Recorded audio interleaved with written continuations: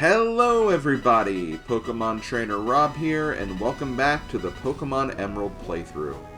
And today, we are going to be taking on the first Battle Frontier challenge.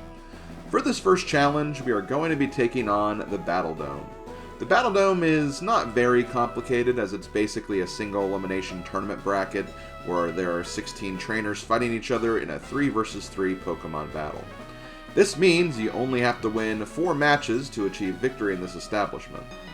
The only stipulation, though, is once you pick your 3 Pokemon, you are locked in with those Pokemon until you win or lose that particular challenge. In addition to that, for each battle, you can examine what Pokemon your opponent has, and both trainers can only pick 2 of the 3 Pokemon from their lineup. So make sure you have a dedicated team that you are convinced can handle all the challenges moving forward. I explained the level cap rules in the last video already, but since our Pokemon are level 75, we are locked into the open level category. And that means our opponents will also have level 75 Pokemon. Or 76 if I use Kip, since he got that little bit of extra EXP from Steven. I will also be doing single battles instead of double battles. Let's just say the Trainer Hill videos kind of scared me from wanting to do double battles for a very, very long time. When you achieve victory at the Battle Dome, the game will officially start a win streak for you. Once you achieve a streak of 4, the Frontier Brain will partake in the 5th challenge, and will be your final opponent. If you beat the Brain, you will get your symbol. If you continue playing beyond that challenge and make it to a win streak of 9, they will return once again in the 10th attempt and face you again with a harder team, and this time for your gold symbol.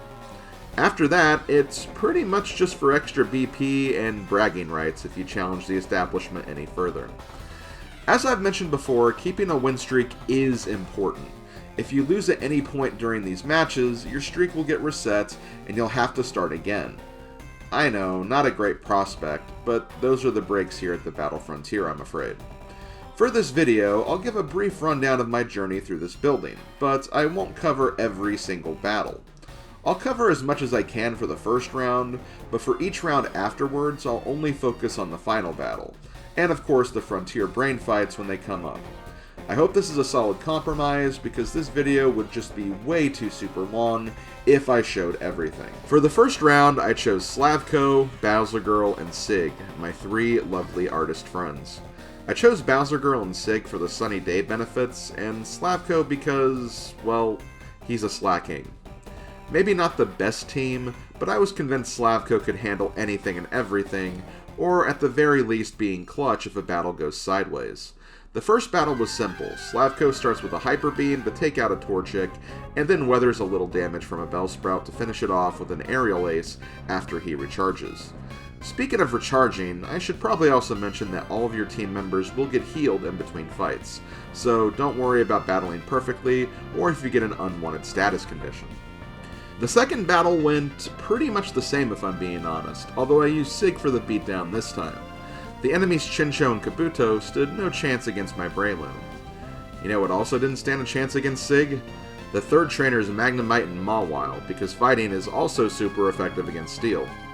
Wow, and here I thought Slavko was going to end up being my ace for this challenge.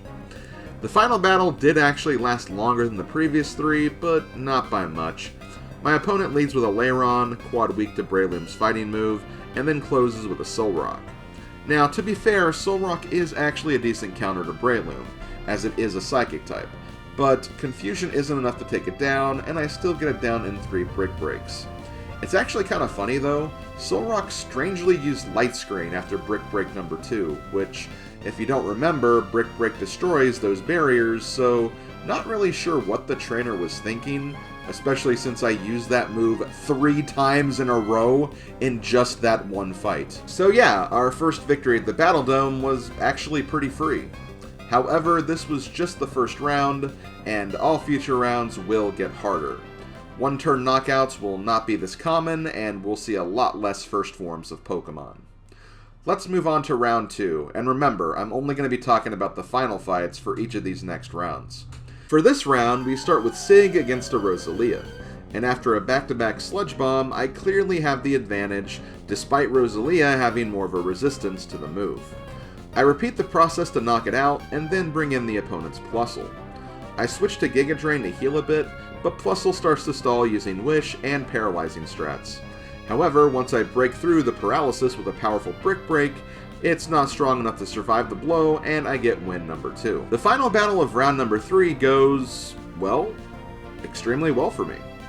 Slavko one-shots a Grumpig with Hyper Beam, loafs for a turn against a Surfing Sharpedo, and then one-shots again, this time with Thunderbolt. Yeah, I promise these will get harder. In fact, the final battle of round number 4 finds Sig against a Milotic. I do have a typing advantage at least, but Milotic is pretty bulky and could have an ice move up its sleeve. And sure enough, after picking Solar Beam, Milotic does use Icy Wind. However, it does manage to miss both of its attacking turns, giving me a full round of Solar Beam with no damage as punishment. Getting cocky, I do the same thing again, forgetting that Icy Wind lowers speed. I charge, Milotic hits this time, lowers my speed, and gets the first attack the next cycle, taking out Breloom in the process. However, I still have my Loafin' secret weapon. I bring Slavko in, Thunderbolt to finish off Milotic, and my opponent brings in their Slacking. Huh, this'll be fun. While Slav loafs, the enemy Slacking tries to swagger me, but fails. This allows me to use Hyper Beam, which doesn't KO.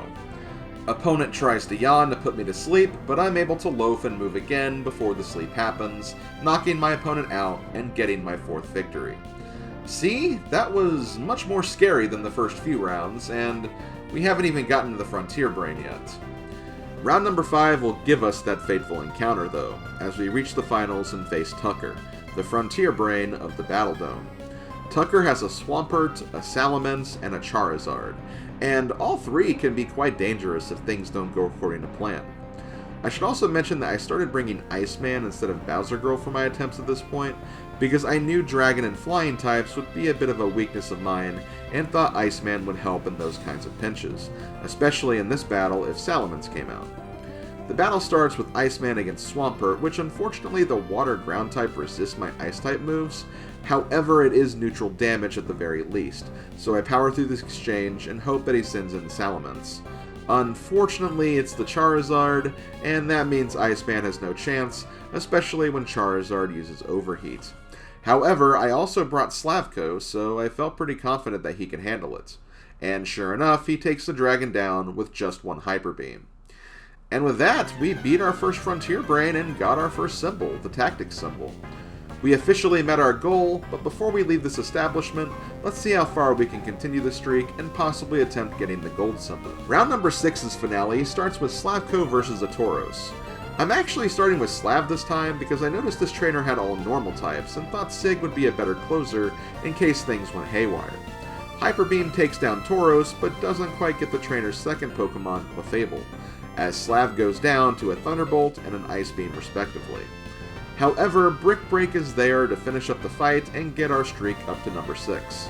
And round 7's final battle also goes kind of the same way, but with water types this time.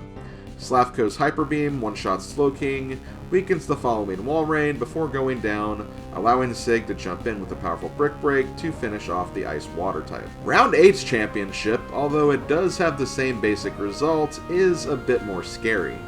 My opponent starts with an Aerodactyl, which just so happens to have Fire Blast, and I'm starting with Sig.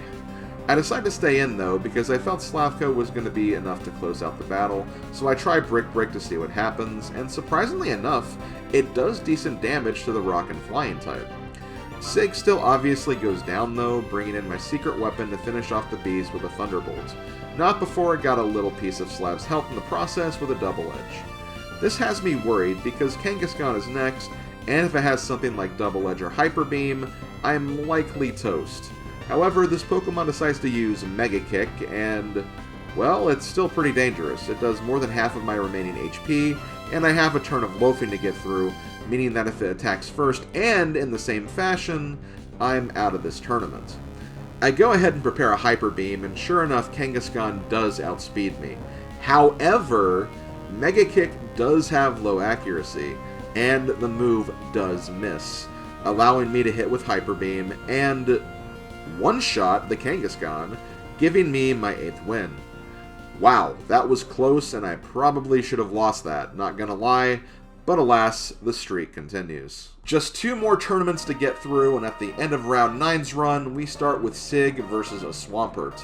Not wanting to risk getting hit by an ice attack, I decide to go with Giga Drain for my first move. Giga Drain, although quite effective against Swampert, isn't quite enough to take it down, but it gets pretty damn close. Unfortunately, this Swampert has Mirror Coat, which means it deals all that damage back to me and pretty much one-shots my Breloom in return. While sucky, this does give me some insight to what I can potentially expect with Tucker in our rematch, so I'm not going to complain too much. I bring in Slavko to finish off Swampert, and wait 2 turns to Hyper Beam the following Lapras, increasing our streak up to 9, and bringing Tucker back into the fold for the next round of our rematch. Tucker does have different Pokemon this time, and I'd argue that he is more difficult as a result. He does keep Swampert as his first pick, but he can round out a selection with either Metagross or Latias, both of which are not lovely options to fight. Knowing that he does bring in Swampert first, I decide to give Sig another shot at the first hit. However, I know Miracle is on the table, but at the same time, so are Ice moves. Because of this, I try Giga Drain again, and am pleased to see that he decided to use Ice Beam instead of Mirror Coat. From this point, it's an easy decision to use a second Giga Drain to heal up my Pokemon and move on to Tucker's final Pokemon. Unfortunately, Tucker decides to go with Metagross for his follow-up, and I know that while a neutral Brick Break is tempting, it might be better off as a finishing move, so I decide to switch over to Slavko instead to see if I can get some damage on it first. After tanking a Psychic, I do try to use Hyper Beam, but unfortunately, this Metagross also has Protect. Seriously, I hate Protect. After a few turns of nothing happening, I finally get a Hyper Beam in, and to my great pleasure, it does manage to critical hit, and puts Metagross at a pretty low health as a result. I try to stay in to finish it off, but after a Meteor Mash and an Earthquake, Slavko goes down, and we're back to Sig, who uses Brick Break and manages to take it down, giving me my 10th Battle Dome win and the gold symbol. And there we go. That's it for the Battle Dome. Overall, based on the footage you guys saw, the Battle Dome probably didn't seem like it was too bad, considering Slavko and Sig took out a majority of these fights on their own, and truth be told, a large number of the fights outside of the finals went down in that same fashion as well, where I start with one, usually Sig, weaken their Pokemon significantly if I couldn't outright KO them, and then use Slav's power to finish off what was left. It was a pretty lethal combo, I must say. What really made this difficult, though, was the fact that you only got 2 Pokemon to work with when you were already cutting your team in half to start, which made this feel pretty limiting and kinda scary if you ended up against 2 Pokemon that just outright out-typed you. So while many of the fights were free and easy, my run could have just as easily ended if my luck went the opposite way against Tucker fight number 2, the round 8 final, or hell, even the round 4 final. Thankfully, future runs will allow more than just 2 Pokemon, but still, working with only half or less of your team can be pretty stressful and kinda scary. But with that, I think we're gonna call this video here, and next time, we'll move on to another challenge. I think we'll keep it simple for now and take on the Battle Tower next, as that's just a straight up 3 versus 3 with no major conditions beyond the typical Battle Frontier restrictions. Honestly, probably should have actually started with that first, but oh well, what's done is done. Also, I hope you guys liked the format for this video as well, despite it being post-commentary instead of a live recording, and cutting out all of the redundant battles in between. But as I stated before, there's just so much going on here, and I didn't want these videos going on for too long. If I kept everything in, well, there would have been 40 battles to cover instead of the 13 I went over in this video. Maybe I'll cover more battles, especially if there are any interesting ones in the future videos, but only if the time permits it. This has been Pokemon Trainer Rob. Thank you guys for watching, and I'll see you guys in the next Battle Frontier video. Later, folks.